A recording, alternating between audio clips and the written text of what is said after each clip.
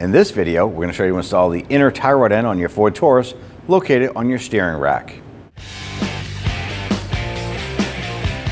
With the vehicle raised and supported, we're going to use our 19mm socket to loosen and remove our lug nuts.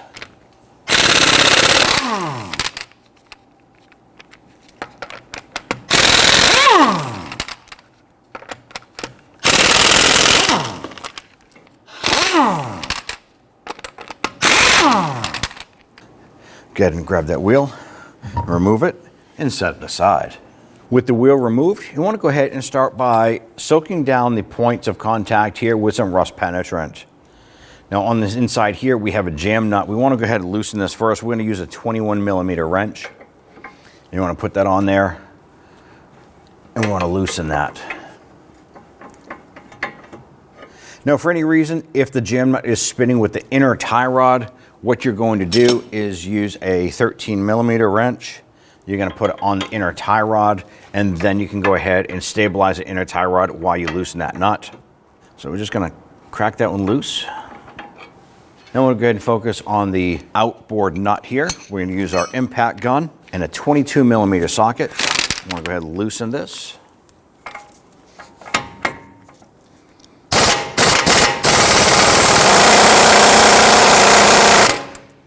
Now what's happening here is our tie rod stud here is actually spinning.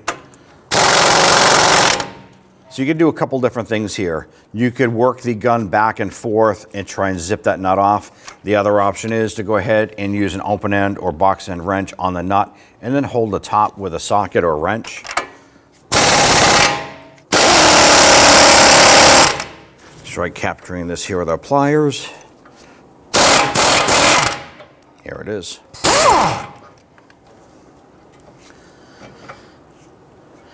Now the next thing we want to do is go ahead and spin off your outer tie rod. Now what we're going to do is we're going to count the amount of full revolutions it takes to unthread the outer tie rod from the inner tie rod. And in my hand I have a crayon. I'm simply going to go ahead and write this number on my inner fender liner. You can write it on a piece of paper if you want, but you want to go ahead and document that. So that way there, when you install it, you're going to get yourself a preliminary alignment. You still need to have the alignment professionally done after you alter any steering component.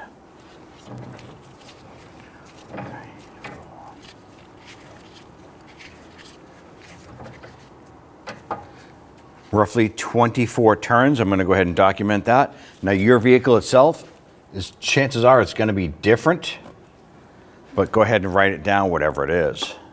I want to go ahead and remove our inner tie rod nut here, or our jam nut. I'm going to spray this down with some rust penetrant so you can get that to zip off easy.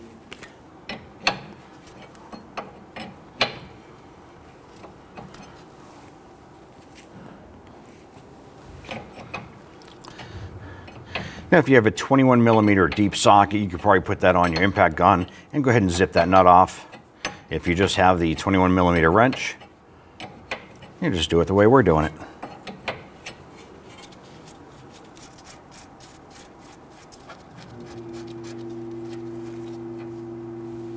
Now if you follow the inner tie rod up here, we have a clamp holding our Bellows boot. We're simply going to use a pair of pliers. I'm going to go ahead and pinch this. Take that off and set it aside. Now if you're following the Bellows boot back, there's going to be a metal band clamp on the inboard portion here. And what you might see is that there's a little block right here where the clamp is put together. Now the clamp is a one-time use.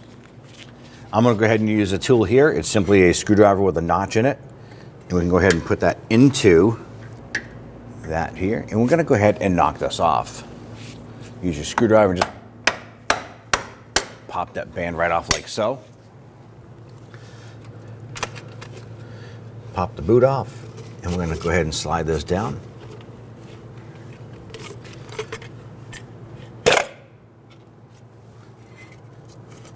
There's the band. You can simply go ahead and discard that. That was a one-time use. We now want to go ahead and remove our inner tie rod from the rack itself. We're going to use a large pair of pliers to go ahead and grab this and turn it to the left and unthread that.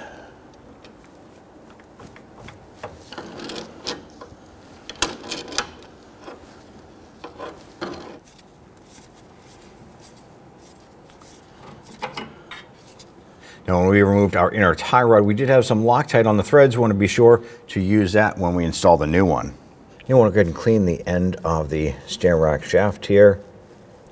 The other thing you want to pay attention to is where the steering rack shaft is. If you have any sort of power steering fluid coming out here, that means that the rack seals are bad. You need to address that before you install all of your other components. Wipe off the rack housing. Want to make sure that it's clean, ready for the boot installation. Now, after we put some Loctite on our threads, we're going to go ahead and thread this in.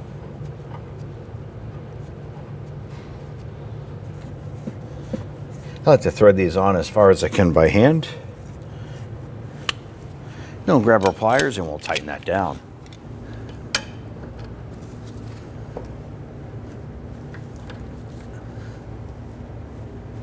You do want to make sure that's good and tight.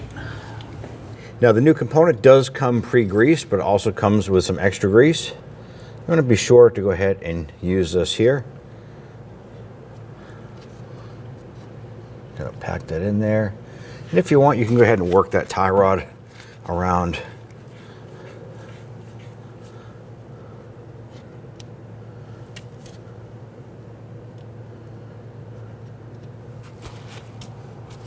Take your Bellows boot, slide that all the way over. Now, here's a little tip. You can see that the boot itself doesn't reach the rack. I'm going to go to the other side of the vehicle and I'm going to manually turn that wheel. That's going to allow that boot to come in a little bit. Let's go ahead and pop that boot onto the rack.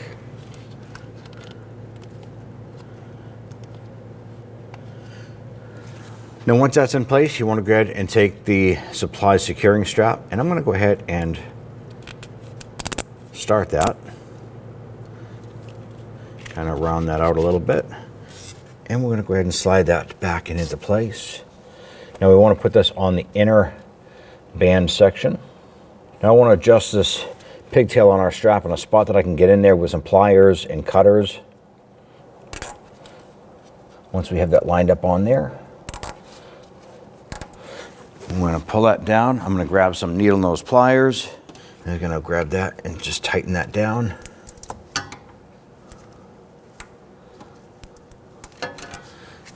Once you have that good and secure, go on with the cutters, snip off the excess. Now I'm going to go back to the other side, bring that wheel back. We're going to use a tie strap for the outer portion of our boot.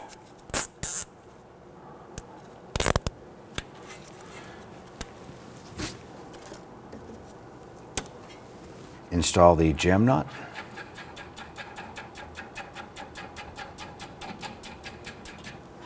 Go ahead and take your outer tie rod and we're going to start to thread that on.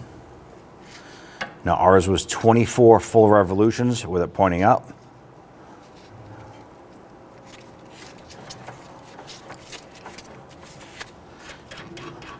Bring our jam nut back. Go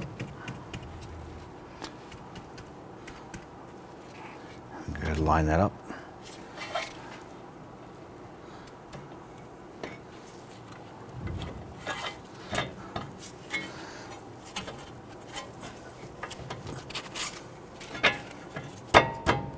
Let's go ahead and get the nut started. And let's go ahead and tighten that down. On a ball joint stud here, we're going to use a 10mm 6-point to hold that while we tighten this down. Now, you won't be able to use a 12-point because it actually doesn't grab. So it's important that you use that on the top.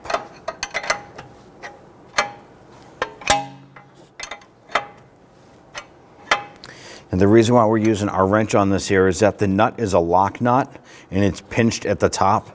So if you just throw an impact gun on this, it may just spin the ball joint stud.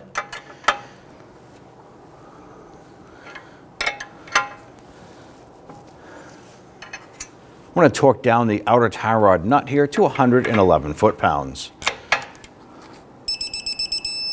There it is. Now, if you have the ability to do so, you want to go ahead and torque the jam nut to 46 foot-pounds. In our case, we're going to just snug that down with our big pliers here.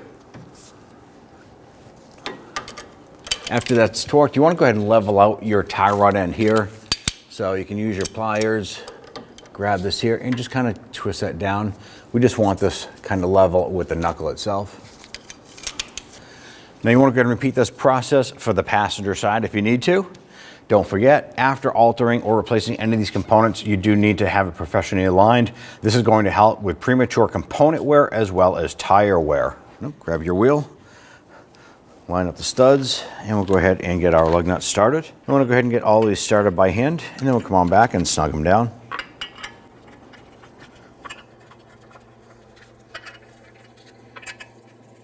Now let's go ahead and snug these down.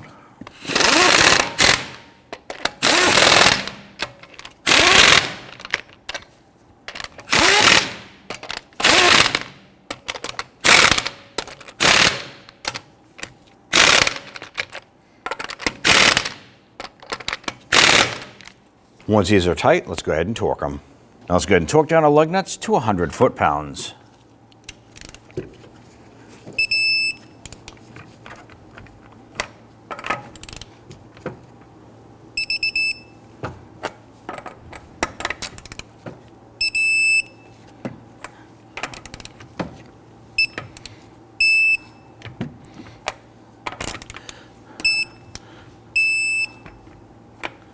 You're all set. When only the best will do, demand TRQ. The only company that lets you view before you do. TRQ is committed to offering the highest quality aftermarket auto parts that are engineered for peace of mind. Thanks for using and viewing with TRQ.